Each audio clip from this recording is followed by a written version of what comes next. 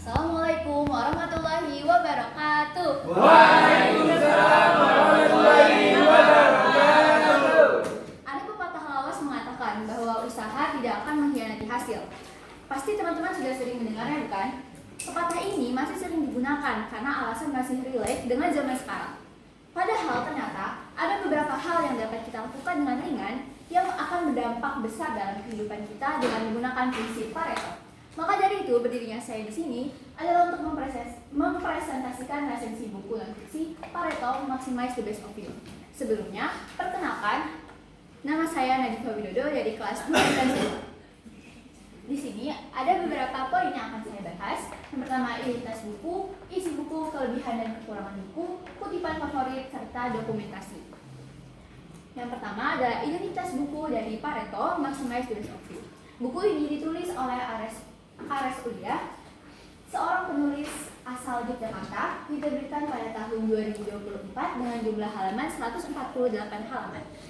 Sebagai informasi tambahan, buku ini diterbitkan oleh penerbit Brilliant Books, editor oleh Nimas, penata letak oleh Adika, desain sampul oleh Katalika Project, dan juga ilustrasi oleh Free Print. Di sini saya akan membahas isi buku yang dibagi menjadi 3 bab. Bab yang pertama adalah A sampai Z tentang Pareto. Prinsip Pareto pertama kali dicetuskan oleh seorang ahli ekonomi asal berkebangsaan Italia, Vilfredo Pareto. Dari observasinya terhadap panen kacang polong, ia menemukan bahwa 20% dari kacang polong yang ia tanam berkontribusi sebanyak 80% hasil terbaik dari total hasil yang ia peroleh. Nah, sejak saat itu, prinsip ini mulai dikenalkan ke banyak orang.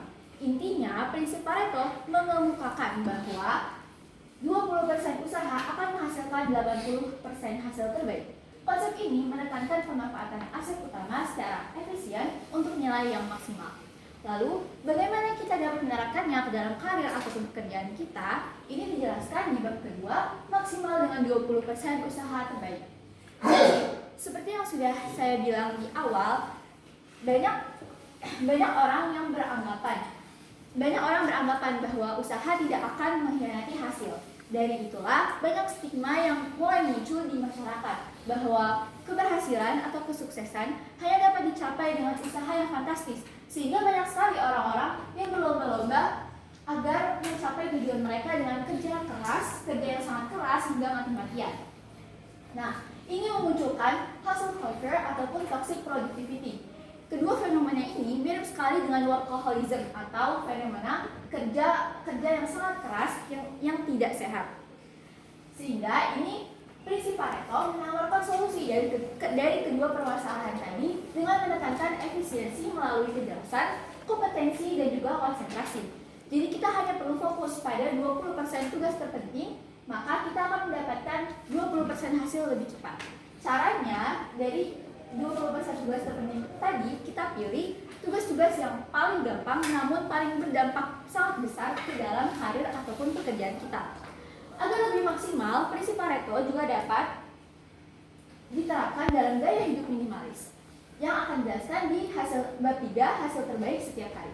Gaya hidup minimalis menerapkan prinsip Pareto karena hanya fokus pada sedikit barang fungsional, seperti pada pakaian. Sebanyak 20% pakaian yang kita gunakan sehari-hari itu masuk ke dalam prinsip Pareto karena kita hanya menggunakan 20% dari total pakaian yang kita punya di lemari.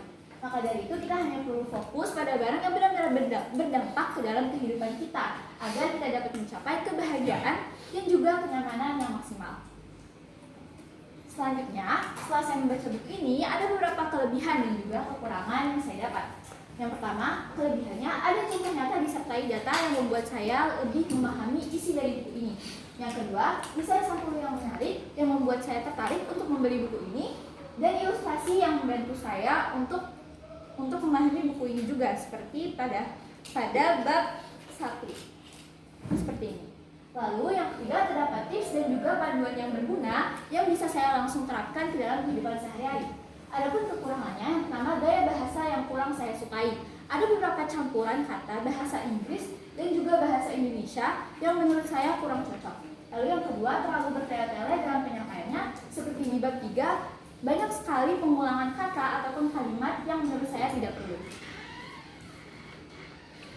adapun kutipan favorit yang saya pilih dari buku ini yaitu tidak semua kebahagiaan orang lain akan membuat kita bahagia, terutama yang ada di luar kemampuan kita.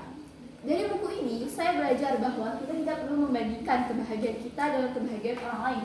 Kita hanya perlu mencari kebahagiaan sesuai dengan porsi kita sendiri. Buku ini bilang bahwa rasa bahagia itu dilihat dari bagaimana rasa itu bisa membuat kita lebih menghargai hal-hal di sekitar kita atau yang sedang terjadi pada diri kita, tanpa harus melihat besar atau kecilnya usaha yang kita keluarkan untuk mendapatkan kebahagiaan itu. Dan yang terakhir adalah dokumentasi saat saya membaca buku ini.